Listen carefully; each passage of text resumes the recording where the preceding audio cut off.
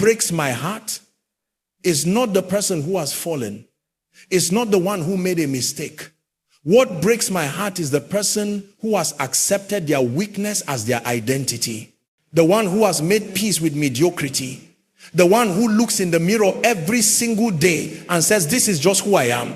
There's something I need you to understand tonight, and I need you to hear this with every fiber of your being. Your weakness is not your destiny. Your struggle is not your conclusion. Your past is not your future. But here's the tragedy. Most people will live their entire lives never discovering this truth. They will go to their graves with their music still in them, with their potential locked up, with their greatness buried under layers of excuses and justifications. I'm going to tell you something that might shake you, but it needs to be said. The enemy of your destiny is not outside of you. It's not your circumstances. It's not the people who didn't believe in you.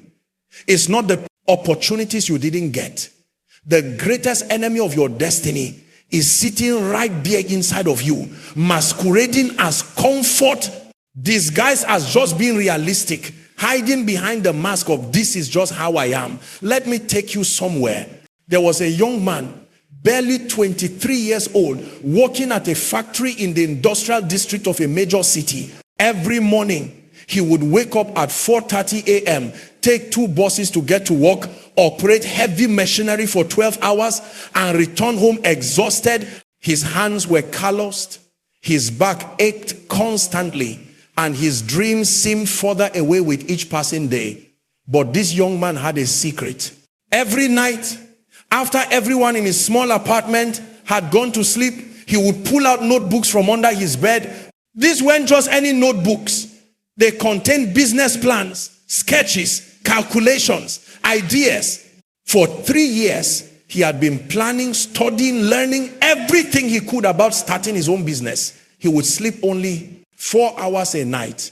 But those hours between midnight and 3 a.m. became his university. His weakness was fear. Paralyzing, suffocating fear. Fear of failure, fear of losing the little he had, fear of what people would say. His co-workers would mock him during lunch breaks when he talked about his dreams. His family told him to be practical and stop living in fantasies. And every time someone spoke those words, that weakness inside him grew stronger, whispering, they're right. You're just a factory worker. Who do you think you are? One night, something broke inside him. Not in a bad way, something broke free. He was sitting at his small desk, looking at his notebooks, and he had a moment of absolute clarity. He realized that he had been negotiating with his weakness. He had been making deals with his fear. Maybe next year, he would tell himself, when I have more money saved, when the timing is better. But in that moment, he understood something profound. Weakness doesn't bend. Negotiate. Weakness only knows how to consume. The next morning, he went to his supervisor and gave his notice. Everyone thought he had lost his mind. His mother cried. His friends called him foolish. But he had made a decision that changed everything. He decided that he would rather fail attempting greatness than succeed at being average. Now, I'm not telling you to quit your job tomorrow. That's not the point of this story. The point is this: that young man identified the weakness inside him, called it by its name, and declared war on it. He stopped making peace with fear. He stopped allowing it to sit at the table where decisions about his life were being made. Today, 15 years later, that young man owns a manufacturing company that employs over 300 people. But here's what's beautiful.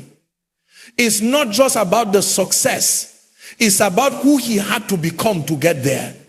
He had to kill something inside himself. He had to murder his own excuses. He had to assassinate his own justifications.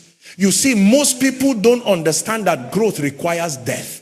Something must die for something new to live. Your old habits must die. Your comfort zones must die.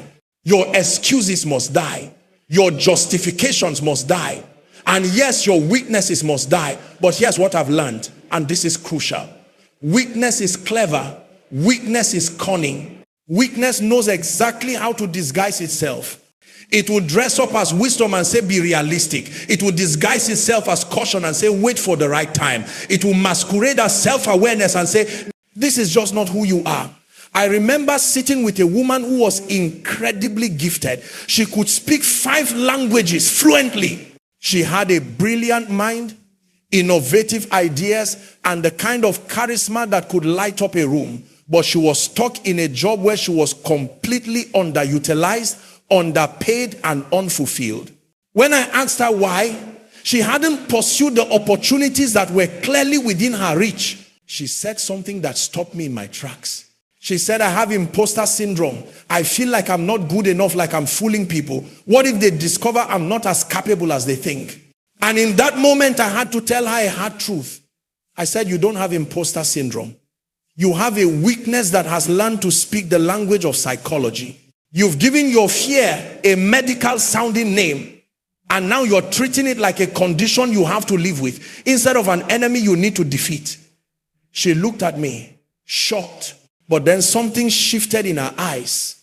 She understood. She had been nursing her weakness, feeding it, giving it a comfortable place to live in her mind. She had been so focused on understanding her weakness that she forgot she was supposed to be destroying it. 3 months later, she started her own consulting firm. 6 months after that, she had clients in 4 countries. A year later, she was speaking at international conferences. What changed? She stopped trying to manage her weakness and started trying to kill it. Now, I needed to understand something about the word kill. I'm not talking about suppression. I'm not talking about denial. I'm not talking about pretending your weaknesses don't exist. I'm talking about systematic, intentional, deliberate execution of the patterns, habits, and thought processes that keep you small. Think about it like this. If you had a virus on your computer, would you just minimize the window and hope it goes away? Would you just move it to a different folder? No. You would run antivirus software. You would remove it completely from your system. You would make sure it couldn't replicate, couldn't spread, couldn't cause any more damage. That's what you need to do with the weakness inside you. Let me tell you about a man who understood this principle in the most extreme way. This man was an athlete, a runner. Specifically, he was good, very good. He had won regional competitions, had medals, had recognition, but there was something inside him that kept him from being great. Every time he was leading a race, coming into the final stretch, something would happen. He would slow down. Not physically, mentally. His mind would start telling him, you've done enough. Second place is good. Don't embarrass yourself by trying too hard and failing at the end. This pattern repeated itself for 3 years. He would always come in second or third. Always close, but never the victor. And the frustrating thing was that his coaches could see it. His teammates could see it. Everyone could see that he had the physical capability to win, but something invisible was holding him back. One day after another, near miss, another second place finish, he broke down. Not the kind of breakdown where you cry and then move on. The kind where something fundamental shifts inside you. He sat alone in the locker room for hours and he had a conversation with himself that changed his life. He said out loud, I'm going to find you. I'm going to identify exactly what you are, exactly where you live inside me, and I'm going to destroy you. He started working with a performance psychologist, but not just for an hour a week. He dove deep. He started journaling every thought he had. During training and during races, he started recording his internal dialogue. He began to map out exactly when, where, and how his weakness showed up. And here's what he discovered. His weakness wasn't fear of failure. It was something far more insidious. It was fear of responsibility. You see, when you're second place, people feel sorry for you. They encourage you. They tell you that you'll get it next time. But when you're first, when you're the champion, everything changes. Now you have to defend your title. Now you have expectations to live up to. Now you can't hide behind almost and nearly and next time. His weakness was protecting him from the responsibility that comes with victory. And once he identified it, once he called it by its true name, he could fight it. The next season, he won his first championship. Then another. He went on to win national titles. But the most powerful thing wasn't the medals. It was what he said in an interview after his first victory. The reporter asked him, what changed? How did you finally break through? He said, I stopped fighting against other runners. I started fighting against the version of myself that was content with almost. And I didn't fight to wound it. I fought to kill it. That word again, kill. Not manage, not cope with, not learn to live with, kill. Because here's what I need you to understand. Your weakness has no interest in your success. Your weakness doesn't want you to grow. Your weakness doesn't want you to fulfill your potential. Your weakness wants you comfortable, small, safe, and average. Your weakness is perfectly happy with you being a fraction of what you could be. As long as you don't disturb it, as long as you don't challenge it, as long as you don't try to evict it from the comfortable places made in your soul. I've seen people with incredible talent waste their entire lives because they couldn't kill the weakness of procrastination. I've seen people with brilliant minds remain in mediocrity because they couldn't kill the weakness of caring too much about what other people think. I've seen people with generous hearts become bitter and resentful because they couldn't kill the weakness of holding grudges. Your weakness knows your name. It knows your history. It knows your triggers. It knows exactly what to say to keep you in your place. It's been living with you for years, studying you, understanding you, manipulating you. And the most dangerous thing about weakness is that over time, you begin to think it's actually you.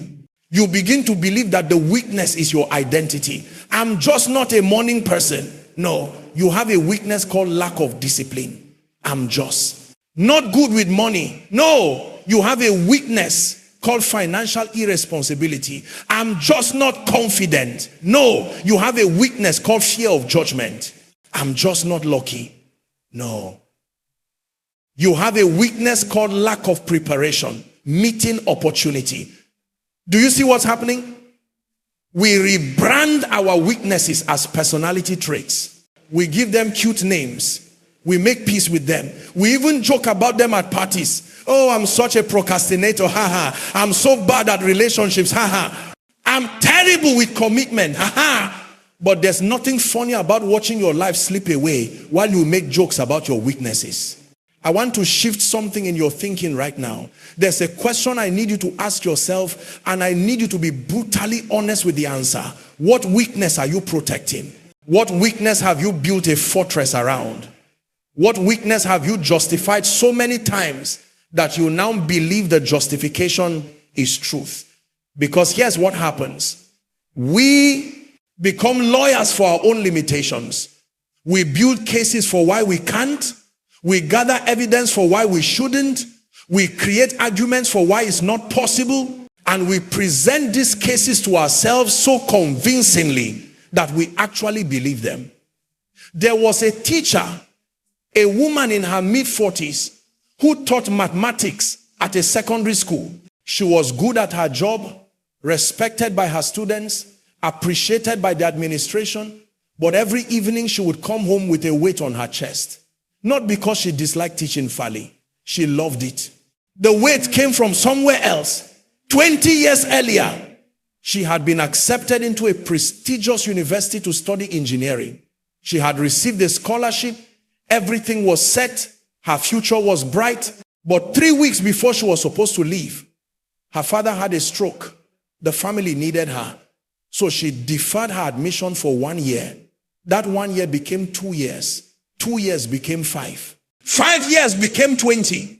She would tell anyone who asked that she had made her choice and that she was at peace with it. She had convinced herself that teaching was her calling, that everything had worked out the way it was supposed to. But late at night, in the quiet moments, there was something gnawing at her soul. A voice that whispered, you gave up. You settled. You let your dream die. One day, one of her brightest students came to her after class. This student was struggling with a decision, but she had received a scholarship to study abroad, but her family wanted her to stay close to home. The student asked, Miss, how do you know when to sacrifice your dreams for the people you love? The teacher opened her mouth to give her standard answer, the one she had rehearsed for 2 decades, but nothing came out. Instead, tears started flowing down her face.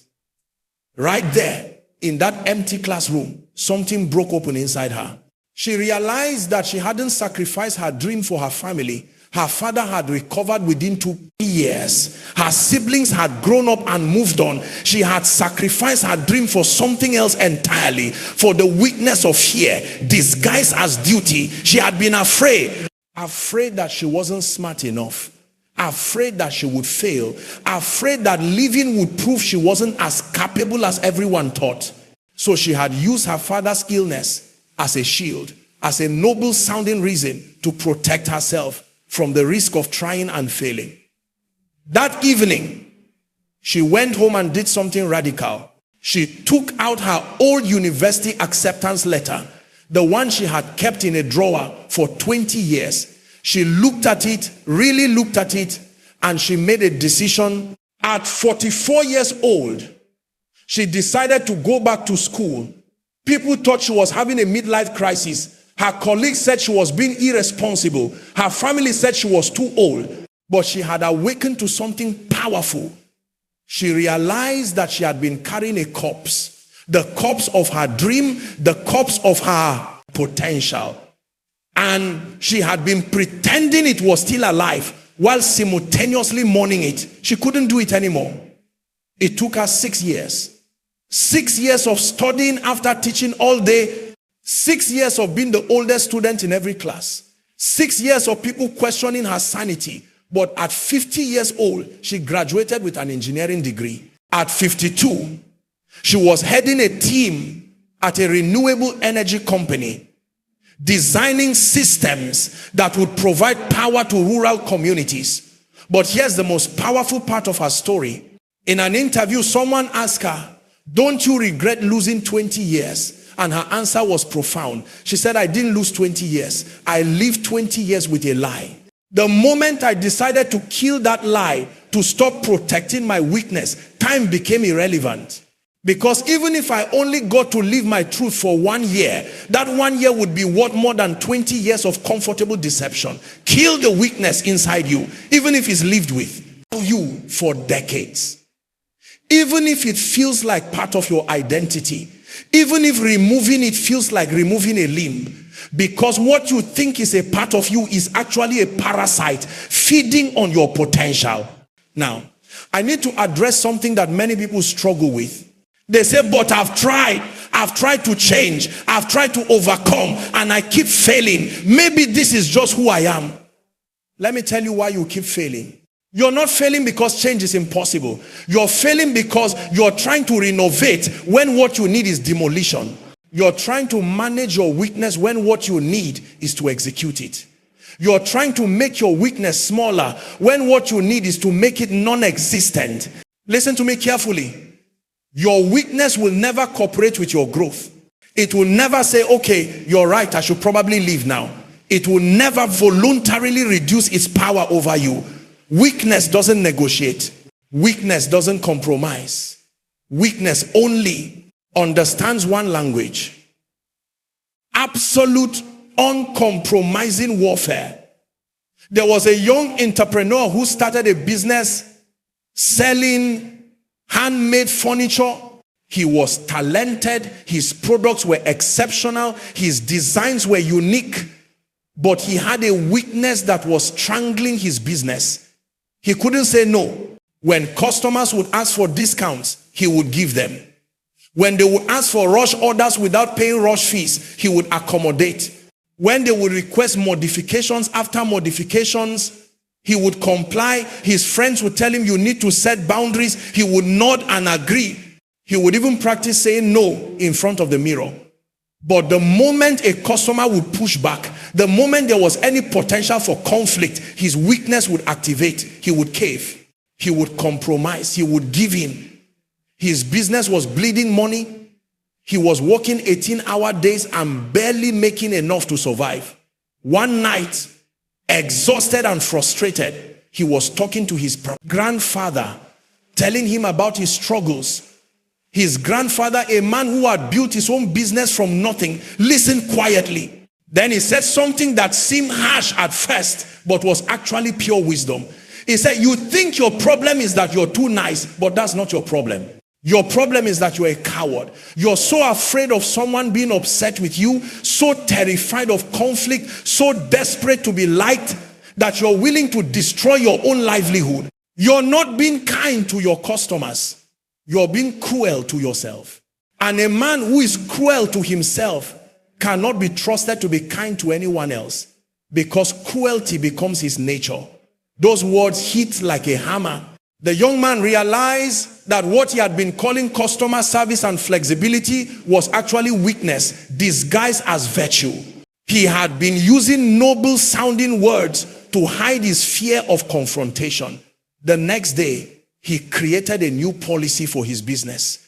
No discounts, no exceptions, no modifications after approval, payment in full before work begins. He expected to lose customers. He expected people to be angry, and some walked away.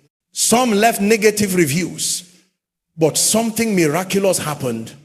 The customers who stayed were the right customers. The customers who respected his craft. The customers who valued his time. And new customers started coming, attracted by his clarity and confidence. Within a year, his revenue had tripled, not because he became mean or unreasonable, but because he killed the weakness of needing everyone's approval. He learned something that I need you to hear. The cost of feeding your weakness is always higher than the cost of killing it. Always. You might lose some people, you might face some discomfort, you might have to endure some difficult seasons, but what you gain, your self-respect, your potential, your destiny, is worth infinitely more than what you lose. Your weakness wants you to believe that killing it will cost you everything. That's the lie it tells to survive. The truth is, keeping it alive is what's costing you everything.